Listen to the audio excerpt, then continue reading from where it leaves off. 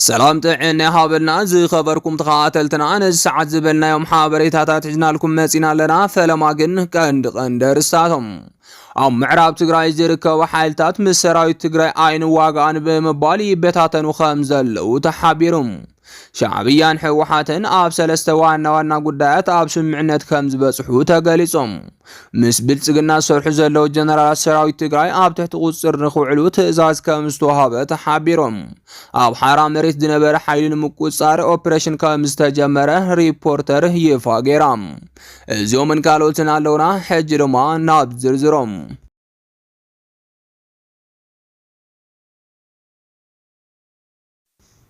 ምዕራብ ትግራይ ዝርከቡ ሓይልታት ምስ ሰራዊት ትግራይ ኣይንዋጋእን ብምባል ይበታተኑ ከም ዘለዉ ተሓቢሮም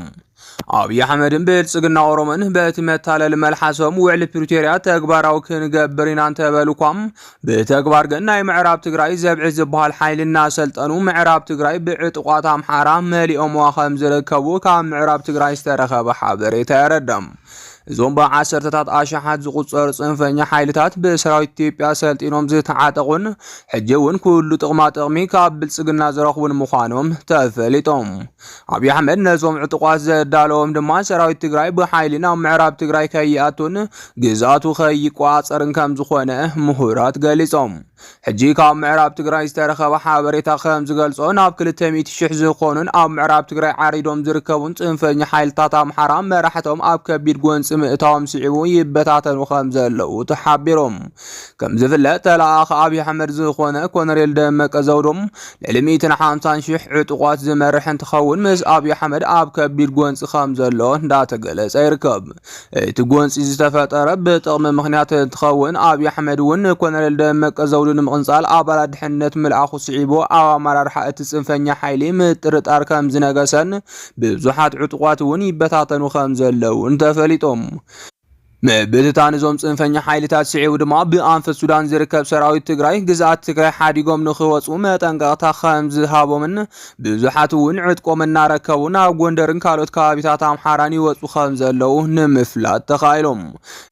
እቶም ዕጥቅና አይን ህብን ኢሎም ዓሪዶም ዝርከቡ ሓይልታት እውን እንተኾነ ምስ ሰራዊት ትግራይ ናይ ምውጋእ ድሌት ይኹን ሞራል ከም ዘይብሎም እሙናት ፍልፍላት እንዳሓበሩ ይርከቦም ስለዚ ድማ ሰራዊት ትግራይ በቲ ዝጀመሮ ኣካይዳ እንተቐፂሎም ምዕራብ ትግራይ ኣብ ውሕዳት መዓልታት ኣብ ትሕቲ ቁፅር ከውዕል ከም ዝኽእል ምሁራት ገሊፆም ብተመሳሳሊ መንገዲ ኣብ ትሕቲ ሻዕብያ ዝርከቡ ግዛታት ትግራይ እውን እቲ ኣብ መንጎ ሕወሓትን ሻዕብያን ዝተጀመረ ጽምዶ ትኽክል እንተኾይኖም መጀመርያ ሻዕብያ ካብ ግዛት ትግራይ ክወጽእ ከም ዝግባ እንዳተ ገለጸ ይርከብ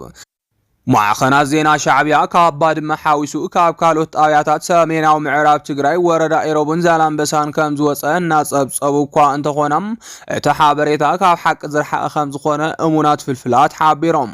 ስለዚ ድማ ሻዕብያ ብኣፈኙ ኣወል ስዒድ ኣቢሉ ጽምዶ እናበለ ናይ ሚድያ ወፍሪ እናገበረ እኳ እንተኾነም ዘጊድ ግን ሰራዊት ሻዕብያ ካብተን ብሓይሊ ወሪሩ ሒዝወን ዘሎ ናይ ትግራይ ግዛታት ምንቅስቓስ ከም ዘየርአን ሕጂ እውን ኣብቲ ነባራይ ህዝቢ ግፍዕታቱ እናቐጸለ ከም ዝርከብ تفلتهم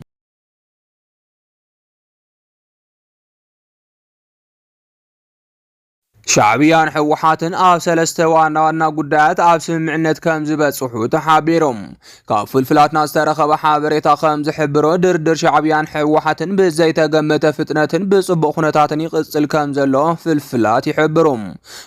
مراحت هوحات كاب منسي تግራይ ድጋፍ ንምርካብ ኣብ ዝቕጽሉ ውሕዳት መዓልታት ምዕራብ ትግራይ ምምላስ ካብ ዝብል ኣጀንዳ ብተወሳኺም ምስራት ሃገረ ትግራይ ዝብል ኣጀንዳ ሒዞም ክመጹ ትጽቢት ከም ዝግበር ሊቃውንቲ ፖለቲካ ገሊጾም ኣብቲ ጀኖሳይዳዊ ኩናት ትግራይ ብኣማይት ኣሽሓት ዝቁጸር መንሰይ ትግራይ ዝሃለቐ እቲ ዋና ዓላማ ህዝቢ ትግራይ ንምክልኻል እኳ እንተኾነም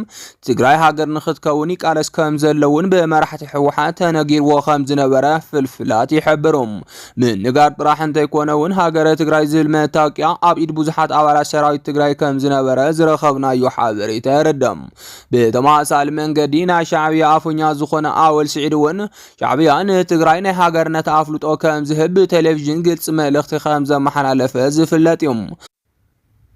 ዙሪያ ሃገርነት ትግራይ ምሁራት ዝሃቡ ሓሳብ ከም ዝሕብሮም ሃገርነት ትግራይ ምምስራት ሕልሚ ተጋሩ እኳ እንተኾነም ሃገረ ትግራይ ንምስራት ዘኽእል ኩነታት ከኣሉ ዴልካ ምሕታትን ህልው ኩነታት ምትንታንን ከም ዘድሊ ገሊጾም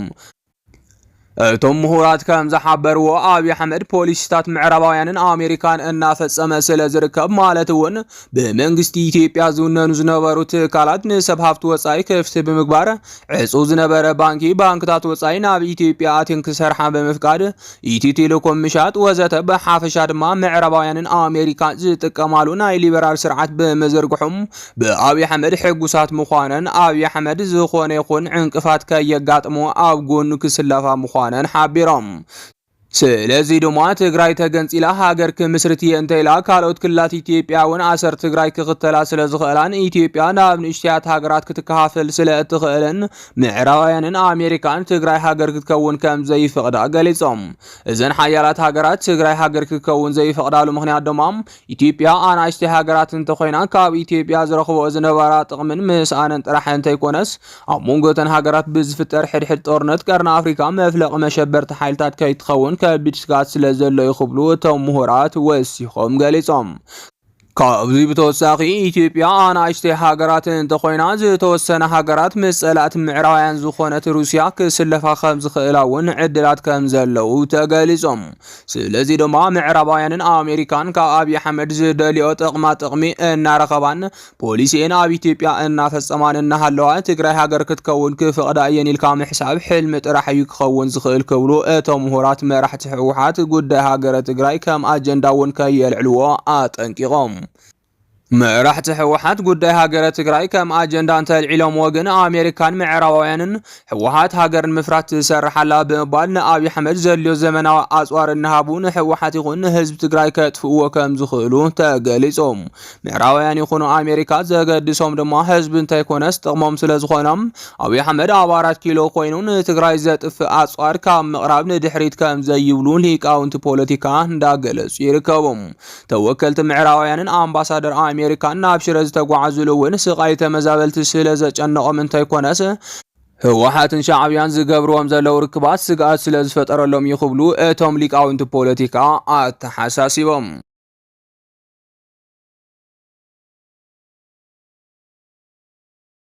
ምስ ብልጽግና ሰርሑ ዘለው ጀነራል ሰራዊት ትግራይ ኣብ ትሕቲ ቁጽር ንኽውዕሉ ትእዛዝ ከም ዝተዋሃበ ተሓቢሮም ስርዓት ብልጽግና ኣብ ልዕሊ ህዝቢ ትግራይ ዳግማይ ኩናት ከም ዘካይድን ዘይቀር ከም ዝኾነ ንጀነራላቱ ኣኪቡ ከም ዝነገሮም ተፈሊጡሎም ሓደ ፍልፍላት 4 ኪሎ እቲ ጦርነት ንኽጅምር ትልሚ ዝተተሓዘሉ ኣብ ወርሒ ጥቅምቲ 2018 ዓመተ ምህረት ከም ዝኾነ እናገለጹ እኳ እንተኾኖም ኣብይ ኣሕመድ ንምትላል ዝጥቀመሉ ሜላ እምበር ቅድሚ እቲ ዝተጠቐሰ ወርሒ ኣብ ዝደለየ እዋን ክጅምሮ ከም ዝኽእል ንመራሕቲ ትግራይ መጠንቀቕታ እናሃበ ይርከብ ሕጂ ዝተረኸበ ሰበር ዜና ከም ዝገልጾ ድማ ምክትል ዋና ሓላፊ ንግዲ ባንኪ ኢትዮጵያ ሞያዊ ስልጠና እናሃበ እናሃለወ ብሃንደበት እቲ ዘተ ናብ ፖለቲካ ስለ ዘምርሐም እቲ ሓላፊ እውን ብሙሉእ ድፍረት ምስ ሕወሓት ዘካየድነዮ ኩናት ፍርቂ ፍጻመ እዩ ገና ናይ ፍጻመ ኩናት ይቐርየና ክብል ትልሚ ኣብይ ኣሕመድን ትልሚ ብልጽግና ኦሮሞን ግልጽ ከም ዝገበረ ተሓቢሮም ስለዚህ ድማ ኣብይ ኣሕመድ እቲ ኣብ ልዕሊ ህዝቢ ትግራይ ዝሓሰቦ ዳግማይ ኩናት መዓዝ እዋን ክፍጽሞ ከም ዝኽእል ምግማት ስለ ዝኸብድን ኩነታት ትግራይ ብዝምልከት ዘቐብሉ ተለኣኽቲ እውን ኣብ ውሽጢ ኣመራርሓ ሰራዊት ትግራይ ይኹን ፖለቲካዊ መራሕቲ ስለ ዝርከቡን ትግራይ ንምድሓን ሓላፍነት ዘለዎም ሕወሓትን ሰራዊት ትግራይን ህዝቢ ትግራይ ከይጠፍእ ዝምጥን ምድላዋት ክገብሩ ከም ዝግባእ ፃውዒት እናቐረበ ከም ዝርከብ ተገሊጾም ሕጂ ዝተረኸበ ሰበር ዜና ከም ዝሕብሮ ኣመራርሓ ሰራዊት ትግራይ ኮይኖም ምስ ፌደራል መንግስት ዝሰርሑ ጀነራላት TDF ኣብ ትሕቲ ቁጽር ንኽውዕሉ ኣመራርሓ ሕወሓት ከም ዝወሰኑ ተፈሊጦም እዞም ክሳብ ኣርቢ መራሕቲ ሓላፍነት ዘለዎም ላዕለዎት ኣመራርሓ ሰራዊት ትግራይ ተለኣኽቲ ብልጽግና ንኽኾኑ ዝተገደዱም ኣብ ኣዲስ ኣበባ ዘለዎም ህንፃ ከይውረስ ብምፍራሕ ከም ዝኾነ ተፈሊጦም ካብ ፍልፍላትና ዝተረኸበ ሓበሬታ ከም ዝሕብሮም ኣብይ ኣሕመድ እዞም ጀነራላት ብልጽግና እንተዘይኮይኖም ዝሰርሕዎ ህንፃ ክውረስ ምዃኑ ከም ዝገለጸሎም ዝረኸብናዮ ሓበሬታ የረድም ስለዚህ ድማ እዞም በሓደ ወገን ንህዝቦም በቲ ካሊእ ወገን ድማ ንንብረቶም ዝጭነቑ እንትኾኑ ውሑዳት ዘይበሃሉ ወነንቲ ህንፃ ዝኾኑ ጀነራላት ሰራዊት ትግራይ ግን ጥቕሚ ቅድሚያ ብምሃብ ተለኣኽቲ ብልጽግና ኮይኖም ይሰርሑ ከም ዘለው ተገሊጾም ነስዒቡ ድማ ቃልሲ ህዝቢ ትግራይ ከየበላሹ ኣብ ትሕቲ ቁጽር ንኽውዕሉ ውሳነ ከም ዝተመሓላለፈ ተፈሊጦም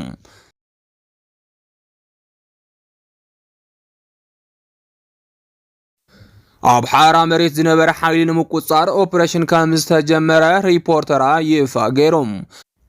ኣብ ትግራይ ብዝነበረ ፖለቲካዊ ምክፍፋል ኣብ ውሽጢ ሰራዊት ትግራይ እውን ዝተወሰነ ዘይምርዳእ ከም ዝተፈጠረ ዝፍለጥ እዮም። ሰራዊት ትግራይ ናይ ህዝቢ ትግራይ ናይ መወዳእታ ድፋዕ ምዃኑ ኩሉ ትግራዋይ ዝተኣመነሉ ሓቂ እዩ።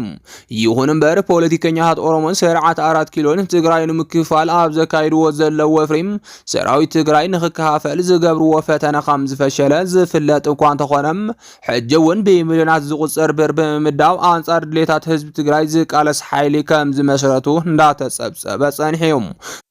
እዚ ኣብ ሓራ መሬት ማለት እውን መሬት ዓፋር ቃልሲ መስሪት ኣለኹ ዝብል ዘሎ ሓይሊ ብዝህቦ ዘሎ መግለፂ መሰረት ኣብ ትግራይ ሰላምን ሓድነትን ንኽምለስ ከም ዝቃለስ ዘለዎም ብተደጋጋሚ ክገልጽ ጸኒሖም።